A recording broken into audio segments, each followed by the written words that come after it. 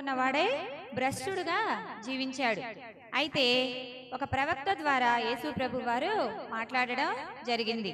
ఆయనే నాతాను ప్రవక్త. ఆ నాతాను ప్రవక్త ద్వారా దావీదు గారికి తను చేసిన తప్పేంటో ఒక చిన్న ఉపమానం ద్వారా తెలియచేసి ఉన్నారు.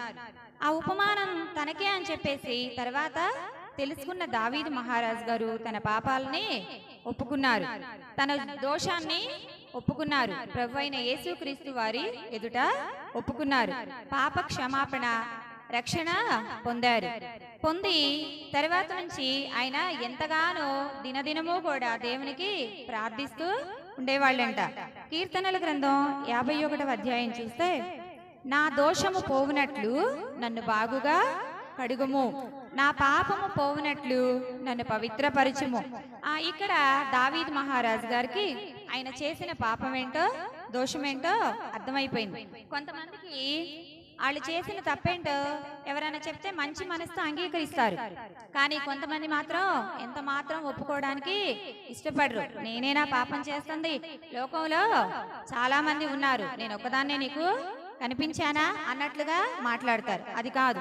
ఇక్కడ దావీదు మహారాజు గారు అంత గొప్ప చక్రవర్తియే తాను చేసిన పాపం అని వేరే వాళ్ళ ద్వారా గ్రహించినప్పుడు ఏం చేశాడంట, తన మనసును మార్చుకొని దేవుని దగ్గర విన్నపం చేయటం మొదలు పెట్టాడంట. ఏమని, ప్రభువా నా దోషం పోవునట్లు నన్ను బాగుగా కడుగు. కడగటం అంటే ఏంటి? నీళ్ళతో కడుగుతాం.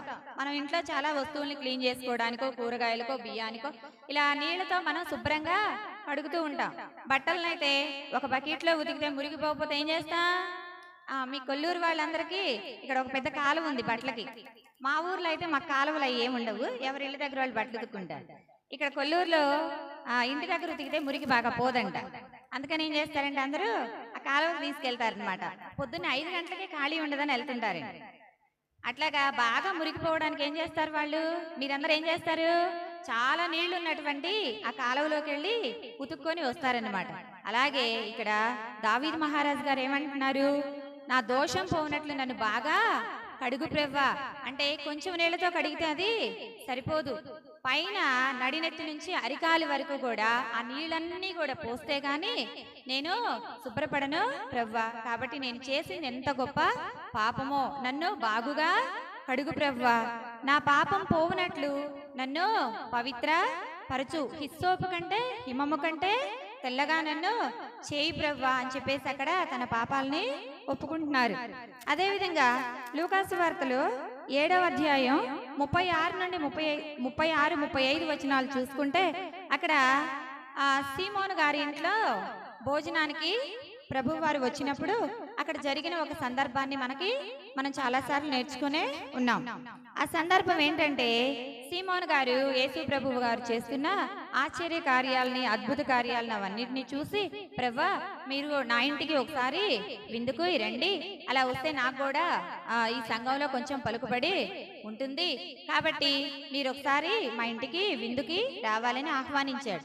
విందుకు వచ్చిన వాళ్ళకి కాళ్ళకి నీళ్ళు ఇవ్వలేదు, చేతులు కడుక్కోవడానికి నీళ్ళు ఇవ్వలేదు, వాళ్ళ ఆచారం ప్రకారం ఆలింగనం చేసుకోలేదు, ఏమీ చేసుకోకుండా ప్రభు వారిని లెక్క లేకుండా చూశారు. కానీ అక్కడ ఒక పాపాత్మురాలైన స్త్రీ, వారి అందరిలో కూడా ఆమె చాలా చక్కగా చెప్పారు. పాపాత్మురాలైన స్త్రీ, మంచి స్త్రీ అని చెప్తే ఏమైనా గొప్ప, మనం ఒప్పుకుంటాం. ఎవరినన్నా ఒకళ్ళని పిలిచి నువ్వు పాపాత్మురాలవమ్మ అంటే ఊరుకుంటుందామా? ఆ చెంప ఈ చెంప వాయిస్తుంది అనమాట. కానీ ఇక్కడ బైబిల్ గ్రంథంలో రాశారు, కొన్ని వందల సంవత్సరాల నుంచి కూడా ఈ గ్రంథంలో మనం అందరం ఏం చేస్తున్నా, ఆమెని పాపాత్మురాలని చదువుతూనే ఉన్నామన్నమాట. ఆమె తర్వాత మారు మనసు పొందింది, కానీ తర్వాత మారు మనసుని ఎక్కడా కూడా చూపించలేదు. కానీ ఆమె ఎలాంటి స్త్రీ అని చెప్తున్నారు ఇక్కడ, పాపాత్మురాలైన స్త్రీ. ఆమె ఎన్నో పాపాలు చేసి ఉంటది. ఆ పాపాలన్నీ ప్రభు వారు చెప్తున్న బోధ ద్వారా తన మనసుని మార్చుకొని ప్రభువారు అక్కడికి వస్తున్నారని తెలుసుకొని తన కన్నీళ్లతో పాదాలు కడిగిందంట. తన తల వెంట్రుకలతో ఆ కన్నీళ్ళన్నీ గడ తుడిచేసి తన పాపాలకి ప్రాయశ్చిత్తాన్ని పొందిందంట. మరి ఇప్పుడు మనం కూడా ఏ స్థితిలో ఉన్నామో, ఈ విధంగా మన పాపాలని ఒప్పుకునే స్థితిలో ఉన్నామో లేదో ఒకసారి మనల్ని మనం పరీక్షించుకోవాలి. అదేవిధంగా యోహాను స్వార్త 4వ అధ్యాయంలో చూస్తే అక్కడ సమరయ స్త్రీ అని ఇంకొక పాపాత్మురాలైన స్త్రీ కనిపిస్తుంది. మరి ఇదేంటి, స్త్రీలందరూ పాపాత్ములేనా అని అనుకోవచ్చు. కాదు, స్త్రీలు చాలా మంది ఉంటారు. మన బైబిల్లో గొప్ప స్త్రీలు కూడా చాలా మంది ఉన్నారు. అయితే దేవుడే ఒకే మాట చెప్పాడు, నేను పాపులను పిలువ వచ్చాను కానీ నీతిమంతుల కొరకు రాలేదు అన్నాడు. కాబట్టి పాపుల్ని రక్షించడం ఒక్కటే ఆయన యొక్క ధ్యేయం. అందుకనే ఎక్కడ చూసినా కూడా పాపుల గురించి, చెడ్డవాని గురించి, దోషాలు చేసిన వారి గురించి మాత్రమే ఇక్కడ రాయబడి ఉందన్నమాట. ఈ సమరయ స్త్రీ ఆ బావి దగ్గరకు వచ్చినప్పుడు మనకు ఆ కథ అంతా కూడా తెలుసు అనమాట. ఇప్పుడు ఆమె ప్రభువారు ఆమె రహస్య పాపాలని కూడా, ఆమె జీవితాన్ని కూడా మొత్తం వివరించి చెప్పారు. చెప్పినప్పుడు వెంటనే ఆమె ఏం చేసింది, ఆ కుండను అక్కడే పగలగొట్టి ఊర్లోకి వెళ్ళి, నా జీవితం గురించి మొత్తం చెప్పిన వారిని మీకు నేను చూపిస్తాను రండి, ఈయన క్రీస్తు కాడా అని చెప్పేసి వాళ్ళందరికీ కూడా సాక్ష్యం ఇచ్చి, తనే కాకుండా వారితో వాళ్ళ ఊరి వాళ్ళందరినీ కూడా మార్చింది. అక్కడ కుండ అనంగా ఆమె చేసినటువంటి పాపాలకు గుర్తుగా ఉంది. ఆ కుండను పగలగొట్టడం అంటే ఆమె మారు మనసు పొందినట్లుగా మనం అర్థం చేసుకోవాలి. తర్వాత ఒక చిన్న స్టోరీ చెప్తాను నేను. ఇందులో స్వామి వివేకానంద గారు, చదువుకునే పిల్లలకి అందరికీ తెలుసు అనమాట. ఇక్కడ 4th క్లాస్లో ఒక లెసన్ ఉంటుంది మాకు. అందులో స్వామి వివేకానంద గారు స్కూల్కి వెళ్ళినప్పుడు వాళ్ళ మాస్టర్ ఒక ఆయన ఒక క్వశ్చన్ అడుగుతారు. అడిగినప్పుడు వివేకానంద గారు కరెక్ట్ గానే సమాధానం చెప్తారు. కానీ పాపం ఆ మాస్టారు ఏదో ఆలోచనలో ఉండి నువ్వు చెప్పింది తప్పు అని చెప్పేసి అతన్ని కొట్టడం జరుగుతుంది. అతను బాధతో ఇంటికి వచ్చి జరిగిందంతా వాళ్ళ అమ్మతో చెప్తారు. చెప్పినప్పుడు వాళ్ళ అమ్మ ఒకే మాట అంటుంది, నువ్వు సత్యాన్నే మాట్లాడావు కాబట్టి నువ్వు దాని గురించి బాధ పడక్కర్లేదు అని చెప్పినప్పుడు ఆయన వాళ్ళ అమ్మ చెప్పిన మాటలతో ఓదార్చబడి తర్వాత మామూలుగా స్కూల్కి వెళ్ళారంట. వెళ్ళినప్పుడు ఆయన అక్కడ చేసిన ఉపాధ్యాయుడు గారు చేసిన తప్పేంటో ఆయన తర్వాత గ్రహించాడంట. గ్రహించి వివేకానంద గారికి క్షమాపణలు కూడా చెప్పడం జరిగిందంట. మరి అంతటి గురువు గారే ఆ శిష్యుడికి క్షమాపణ చెప్పారంట. చెప్పడం వల్ల అక్కడ గురువు గారి యొక్క గొప్పతనం ఏమన్నా తగ్గిందా? తగ్గలేదు. ఆయన అహం అనేదాన్ని తీసివేసుకొని తాను చేసిన తప్పుకి అక్కడ క్షమాపణ కోరడం జరిగింది. మరి మనమైతే అలాంటి పనులు చేయగలుగుతామా? ఇప్పుడు మన ఇంట్లోనే పిల్లలు స్కూల్కి వెళ్తుంటారు, మాస్టర్ కొట్టారు, ఏదో చదువు రాలేదని కొట్టారు. నేనే ఉన్నాను, నేను టీచర్ని. ఇప్పుడు నేను కొట్టాను. కొట్టగానే వాడి ఇంటికి వెళ్ళి తెల్లవారే వాళ్ళ అమ్మ నాన్న తీసుకొచ్చాడు. తీసుకొచ్చినప్పుడు వాళ్ళ అమ్మ రాగానే అడగాల్సిన మాట ఏంటి? ముందు ఏం చేశాడమ్మా మా అబ్బాయి, ఎందుకు కొట్టావమ్మా అని అడగాలి. అసలు నీకేం సంబంధం, అసలు నువ్వెవరివి? మా అబ్బాయి చదువుకుంటే చదువుకుంటాడు, లేకపోతే లేదు, నీకేంటి, వాడిని కొట్టాల్సినంత అవసరం ఏంటి అని వచ్చి అడిగింది. ఆ విధంగా అడగటం కరెక్టేనా?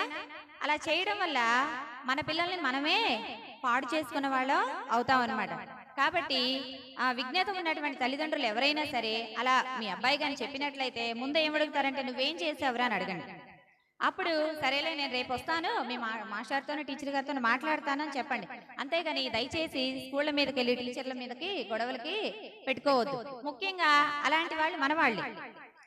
ఎవరంటే గవర్నమెంట్ స్కూల్స్కి వెళ్తారు కదా మన పిల్లలందరూ, మనకు తెలియదు, ఆ టీచర్ ఏదో ఒక మాట అన్నారు, ఏమైంది? ఇంటి దగ్గర తల్లిదండ్రులు ఎలాంటి వాళ్ళు, విద్యా బుద్ధులు నేర్పే గురువు గారు కూడా అలాంటి వాళ్ళే. ఒక మాట అన్నా కూడా అట్లా టీచర్స్ మీదకి వెళ్ళడం అంత మంచి పద్ధతి కాదు. ఎందుకంటే ఇప్పుడు మనము చిన్నప్పుడే కదా అని వెళ్ళామనుకో, వాడు పెద్ద అయిన తర్వాత కూడా ఏం చేస్తాడు?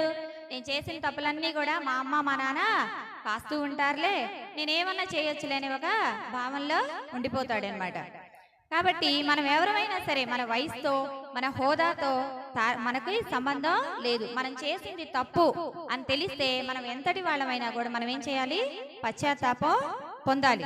ప్రభువారు ఒకవేళ అయ్యో నేను పాపాత్మురాల్ని, నేను అందరి ముందు ఒప్పుకుంటే అక్కడ ఉన్న వాళ్ళందరూ నన్ను తేలిగ్గా చూస్తారేమో, ప్రభువారు ఏమన్నా శిక్ష వేస్తారేమో అని మనం భయపడాల్సిన అవసరం లేదు. అందుకే యేసు ప్రభువారు అంటున్నారు మత్తయి సువార్త 11వ అధ్యాయంలో, ప్రయాసపడి భారం మోయిచున్న సమస్త జనులారా నా యుద్ధకు రండి, నా కాడి సులువైనది, నా భారము తేలికైనది. నేను మిమ్మల్ని మీకు ఎలాంటి శిక్షా విధి లేదు. మారు మనసు ఒక్కటే నాకు కావలసింది. నేను మీకు ఎటువంటి భారాన్ని మీ మీద మోపనని చెప్తున్నాడు అనమాట. అలాగా రెండవది, లేఖనాలను అర్థం చేసుకోవాలి. మనం మారు మనసు పొందామనగానే లేఖనాలని అర్థం చేసుకోవాలి. మనం రోజు వస్తున్నాము, వాక్యాన్ని వింటున్నాం, కానీ దానిలో ఉన్న సారాంశాన్ని మనం గ్రహించకపోతే అది బూడిదలో పోసిన పన్నీర్ అవుతుంది. ఇప్పుడు మీ పిల్లలు ఉన్నారు, సంవత్సరం అంతా కాలేజీలకి స్కూల్స్కి వెళ్తున్నారు. వెళ్ళి సంవత్సరం చివరిలో పరీక్షలు పెడతారు కదా. ఇప్పుడు ఆల్రెడీ జరుగుతున్నాయి 10వ తరగతి వాళ్ళకి, ఇంటర్మీడియట్ వాళ్ళకి మొన్న జరిగినాయి. వాళ్ళు ఎంత బాగా రాశారో మా కళ్ళారా చూసాం అనమాట. మేము చూడలేక మేము డ్యూటీలు కూడా వదిలేసుకుని వచ్చాం. అంత బాగా రాశారనమాట మన పిల్లలు. నా పిల్లలు కూడా చెప్తున్నా, మన పిల్లలు వాళ్ళు ఎంత భయంకరంగా తయారయ్యారంటే అసలు కాపీలు తీసుకురావడం అన్ని చెక్ చేసే పంపిస్తున్నాం. మరి కాపీలు మధ్యలో ఎక్కడి నుంచి వస్తున్నాయంట? వాష్రూమ్ కనుక వెళ్ళడం, అక్కడెక్కడో దాచిపెట్టుకొని వాటిని తీసుకురావడం, చెప్పుల కింద పెట్టుకొని తీసుకురావడం, ప్యాంటు జేబుల్లో లోపల జేబుల్లో పెట్టుకొని తీసుకురావడం, చొక్కా మడతల్లో పెట్టుకొని తీసుకురావడం. అసలు ఎన్ని తెలివితేటలంటే వాళ్ళకి నిండా ఎన్ని సంవత్సరాలు ఉన్నాయి? 15 సంవత్సరాలు ఉన్నాయేమో. కానీ వాళ్ళ తెలివితేటలో 60-70 సంవత్సరాలున్న వాళ్ళకు కూడా లేవన్నమాట. అంత బాగా చక్కగా కాపీలు తీసుకొచ్చుకొని రాస్తున్నారు. అది ఎవరికి నష్టం? వారికే నష్టం. వాళ్ళకి తెలియట్లేదు. ఇప్పుడు ఒక 30 సంవత్సరాలు పోయిన తర్వాత ఏం చేస్తుంది? అది వాళ్ళకి ఆ ప్రతిఫలం ఏంటో చూపిస్తుంది అనమాట. మొన్నైతే రకరకాల వింతైన జంతువులు చూశాను నేను. ఏ జంతువులు అంటే, ఒక అబ్బాయి అయితే అంటున్నాడు నన్ను, టీచర్ గారు ఒక 10 మార్కులకు చూపిస్తే నేను పాస్ అవుతానండి, కాస్త వదిలిపెట్టండి టీచర్ గారు అని అడుగుతాను. ఇంక మరి నేనేం చేయాలి? అక్కడ నేను వెళ్ళింది ఎందుకు? వాళ్ళు చూడకుండా రాయడానికే కదా. వాడు ధైర్యంగా లేచి నిలబడే నన్ను అడుగుతున్నాడు అనమాట. అరే నోరు మూసుకొని కూర్చారా, ఎదురుగా CCTV కెమెరాలు ఉన్నాయి అని చెప్తుంటే మళ్ళీ నిలబడి అడుగుతాడు. వాష్రూమ్ అంటారు. అసలు 3 గంటల్లో 2 గంటలు ఊరికే కూర్చోవడమే. మన పిల్లలు వాళ్ళ భవిష్యత్తు ఏంటో వాళ్ళకి అర్థం కావట్లేదు. తల్లిదండ్రులు ఎంత కష్టపడుతున్నారు వాళ్ళకి ఏ మాత్రం కూడా ఆలోచనే లేదనమాట. అందుకనే మీరు ఇంటికి వెళ్ళిన తర్వాత మీ పిల్లల్ని అడగండి, ఎరా నువ్వు పరీక్షలు ఎలా రాసావు, నువ్వు కూడా ఈరోజు చర్చిలో టీచర్ గారు చెప్పినట్లే రాసావా అని ఒక మాట అడిగి చూడండి. వాళ్ళు ఏం చెప్తారో మీకు అర్థం అవుతుంది. లేదనుకోండి, ఈసారి నేను మీ కాలేజీకి వస్తాను, మీ స్కూల్కి వస్తాను అని వెళ్ళండి, తప్పేం లేదు. మన బిడ్డల భవిష్యత్తు కోసం వాళ్ళు ఎలా చదువుతున్నారో ఒకసారి వెళ్ళి కనుక్కోవడం తప్పేమీ కాదనమాట. అయితే ఇంకా 10వ తరగతి వాళ్ళు ఇప్పటికి 2 రాసినట్టున్నారు. ఇంకా రాయాల్సినవి చాలా ఉన్నాయి. వాళ్ళు ఇంకా కష్టపడి బాగా రాస్తారు. ఎందుకంటే ఇప్పుడే కదా ఫస్ట్ టైం వాళ్ళ కాపీలు తీసుకొచ్చుకోవాలన్నంత తెలివితేటలు ఇంకా రాలేదనమాట. అయినా మనము ఆ విధంగా ఉండకూడదు. సంవత్సరం అంతా కష్టపడి రాసిన వాళ్ళు 40 మార్కులు తెచ్చుకోలేదంటే అది చాలా అవమానం. మనకు కాదు అవమానం. ఎవరికది? మన తల్లిదండ్రులకి, మనకు చదువు చెప్పిన ఉపాధ్యాయులకి అవమానం అన్నమాట. అయితే మరి తల్లిదండ్రులు, ఒక అబ్బాయి ఉన్నాడండి, మొన్న 2:30 గంటలు ఖాళీగా కూర్చున్నాడు. వాడు నా ఎత్తున్నాడు, ఇంతకంటే బలంగా ఉన్నాడు, అసలు చూడడానికి ఒక సినిమా హీరో లాగున్నాడు. సంతకం పెట్టాడండి, అది కలెక్టర్లు కూడా పెట్టలేరు, అంత చక్కగా సంతకం పెట్టాడు. 2:30 గంటలు ఖాళీగా కూర్చున్నాడు. రాయమ్మా, ఏదన్నా రాయమ్మా అంటే రావట్లేదండి. 2:30 గంటలు కూర్చున్నాడు.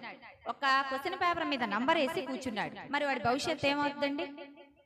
పైగా బబుల్ గమ్ ఒకటి నోట్లో వేసుకొచ్చుకొని ఆ చూయింగ్ గమ్ నములుతూ కూర్చున్నాడు.